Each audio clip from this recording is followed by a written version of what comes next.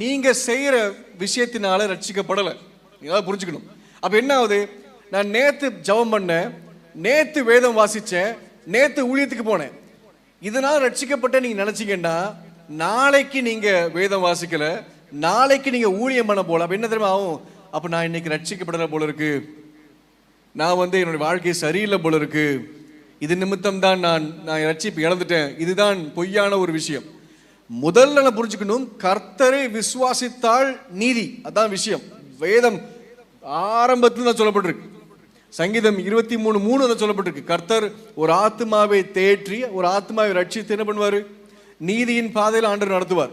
நான் ரோமர்கள் 10:9 எப்பவும் சொல்லுவேன், ஒரு மனிதன் கர்த்தரை விசுவாசித்து அறிக்கை செய்யும் போது, வாயில் அறிக்கை செய்யும் போது அவன் ரட்சிக்கப்படுகிறான்.